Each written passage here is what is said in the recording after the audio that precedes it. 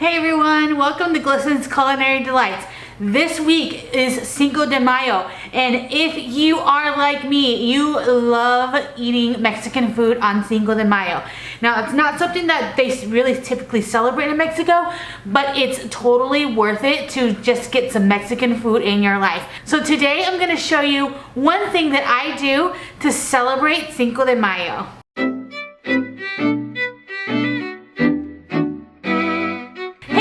Welcome to Glisten's Culinary Delights. As I said before, we are celebrating Cinco de Mayo this week. And so all week long, I am going to give you different tips and different things that you can make to make a full-on meal to celebrate your Cinco de Mayo. But today we're actually going to do a longer video, and it's going to be a delicious dessert that you can make on Cinco de Mayo. Now, when I think Mexican desserts, I think flan. Flan is so good. If you haven't had it, you need to try it. It's just like a custardy, caramelly dish, and it's delicious. But today we're going to do a twist on a regular, normal, basic flan, and we're going to make a Chocoflan cake. So let's get started. Alright, so we're going to get started on our Chocoflan cake. So first thing you're going to do is you're going to turn your oven onto 350. That's important because you want your oven at temp before you put your Chocoflan in the oven. So the next thing we're going to do is you're going to get 2 tablespoons of butter, and you're going to put them in a bundt pan. I like to use a bundt pan just because it comes out super beautiful and it's nice and easy. If you have a tall round pan, you can also use that as well. So what I'm going to do is I'm going to get 2 tablespoons of butter, and it's just softened butter, and I'm going to use my pastry brush, and I'm just going to brush that pan completely. You want it to be completely covered in all the nooks and crannies because you don't want your flan and your cake to stick onto the sides. So brush it good. All right, looks like we are good to go. It's all brushed, the inside little circle, the outside. And now we're going to do something special. So I've shown you how to make dulce de leche on your stove. It takes a couple, 2 to 3 hours, and it's super delicious, and you don't have to buy it from the store. All you need is a can of sweetened condensed milk. And so that's what I've done is I've gotten my sweetened condensed milk. I've made dulce de leche, and we're just going to get a 1/4 cup, and we're going to drizzle it on the bottom of our pan. Doesn't have to be super clean or pretty. Just want it to be coated on that bottom.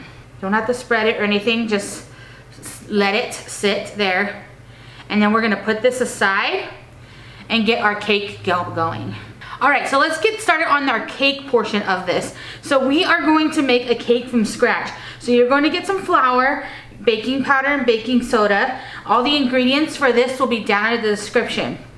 Also, if you haven't subscribed to my channel yet, definitely do so now because we have a lot of recipes, and if you're not into desserts for Cinco de Mayo, I have lots of other Mexican recipes that you can make on Cinco de Mayo. It also helps me grow my channel, so any help I can get is appreciated. So let's get this going. We have flour, we have some baking powder, some baking soda, we have some cocoa powder. Recipes down in the description for this. And I'm just going to whisk our dry ingredients together. I'm all weird with my hand because I still can't move my pinky very much, but I've got the pins out, so it's working. I'm getting better slowly. Now that we've got that mixed, we're going to get our butter and sugar mixture going. So you're just gonna get 10 tablespoons of unsalted butter and some granulated sugar. Now you can do this in a stand mixer, or you can just use your hand mixer. I'm just gonna use my hand mixer, and we're gonna whip this up just until it's light and fluffy.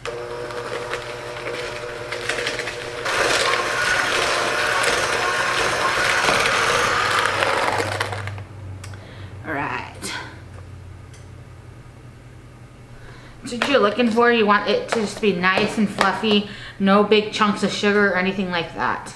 Now I highly suggest, if you are going to make this recipe, you're just gonna wanna have everything at room temperature. The butter, the buttermilk that we're gonna use, your eggs, everything. Make sure you just leave it on your counter for an hour or two. Just set it aside before you start making your cake, and then you'll be good to go when the time comes. So we've got our butter done, that's good. Now once you have your butter all fluffed up, you're going to add an egg yolk and just a regular full egg into that mixture, and then mix that up on low, right? That's good, don't overmix. All right, so now we're going to add in the dry ingredients along with some buttermilk, and we're gonna kind of do it in stages. So you're gonna add in about half of your dry ingredients and about half of your buttermilk. And then mix that. All right, and then do the same thing again. The rest of your flour mixture and the rest of your buttermilk. And mix all that up. All right, you're just mixing it until it's combined. And then you're done. Before you finish, you're just gonna wanna scrape the sides real quickly to scrape the bottom. Make sure that everything is completely combined. Looks like we are good. So I'm gonna set this aside and we'll get our custard going. All right, so our custard part is pretty easy. So we're gonna get a blender and you're gonna just add all of these ingredients all at the same time. So you're gonna add a can of evaporated milk, 6 ounces of cream cheese, a can of sweetened condensed milk, some salt, vanilla, and then an egg yolk, and then 3 eggs. What's good about this recipe to combine is in the cake recipe you use a yolk, and then in this one you use an egg white, and so you can kind of just separate that so you're not using 2 different eggs. Now as in the cake recipe, make sure all of your ingredients are room temp, eggs and all. All right, so we're just gonna add this and we're gonna do this on high for about 30 seconds. All right, we're good to go. Now for the best part, we're gonna put all of this together. Now on top in your pan, you should already have your dulce de leche. You should already have it all buttered up and ready to go. Next, you're going to get your cake mix and you're going to put it on top of your dulce de leche in your pan.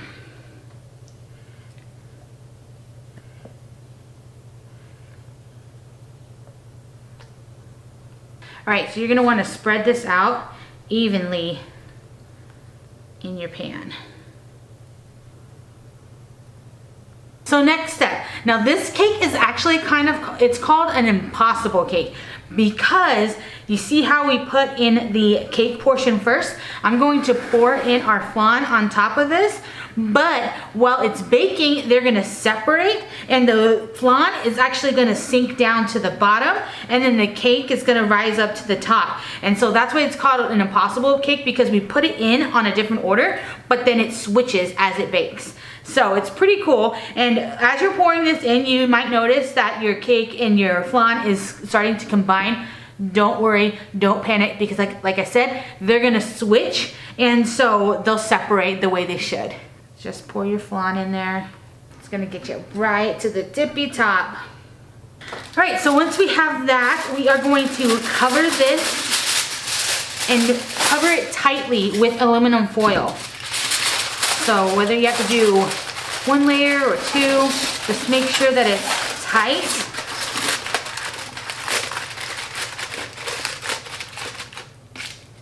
All right, so last but not least, before we stick it in our oven at 350, you're gonna bake this for 1 hour and 20 minutes. You're going to get your covered bundt pan and you're going to stick it in a roasting pan with 1 inch of hot water.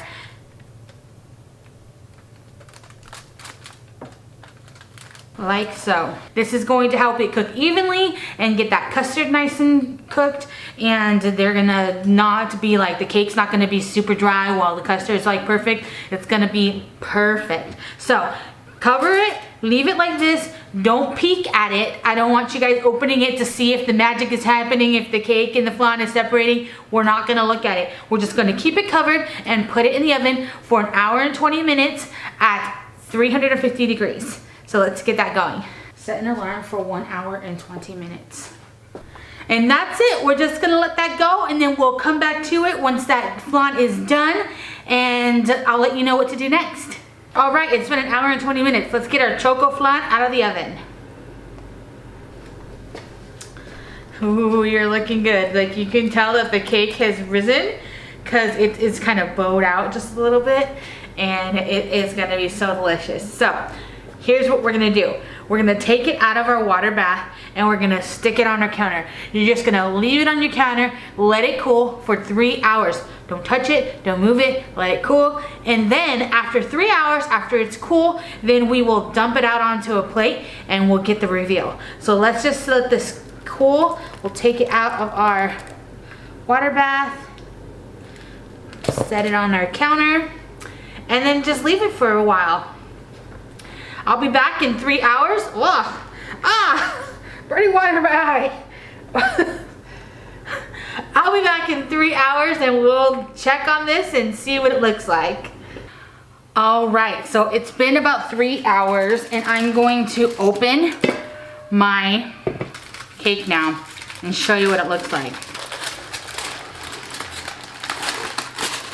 It's stuck a little bit on there, but that's fine. So look at this now. If you remember, the flan was on the top. Now the cake is on the top. So that's why it's called the impossible cake, because it kind of flips during the baking process.